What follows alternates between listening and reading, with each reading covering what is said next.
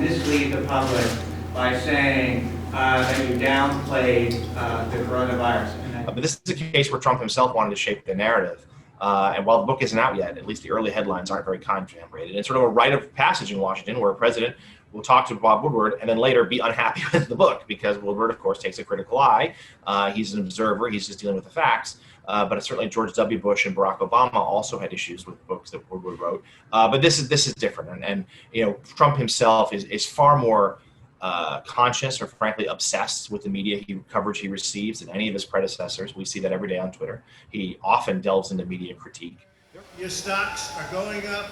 Your 401ks are through the roof.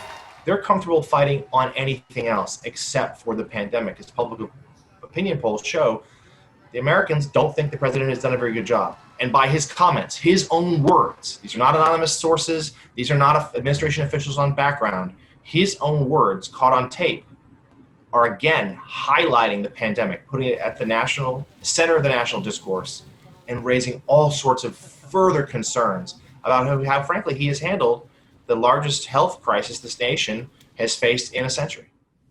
I think the biggest threat to the American people is the American president right now. And it's devastating, and I do not relish saying that.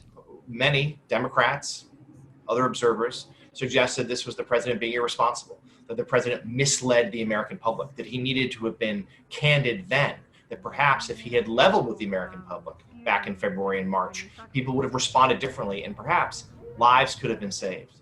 The White House's response was that the president was trying to avoid a panic, that he was trying to keep the calm, which is why he kept it from the American public. And I was very open, whether it's to Woodward or anybody else. It's just another political hit job. But whether it was Woodward or anybody else, you cannot show a sense of panic. Because this revelation is about COVID-19, it is possible this will be damaging to him. This will hurt his electoral chances. It certainly can't help. But it remains to be seen whether or not this is a mortal blow to his reelection bid or whether we're simply talking about something else in 72 hours.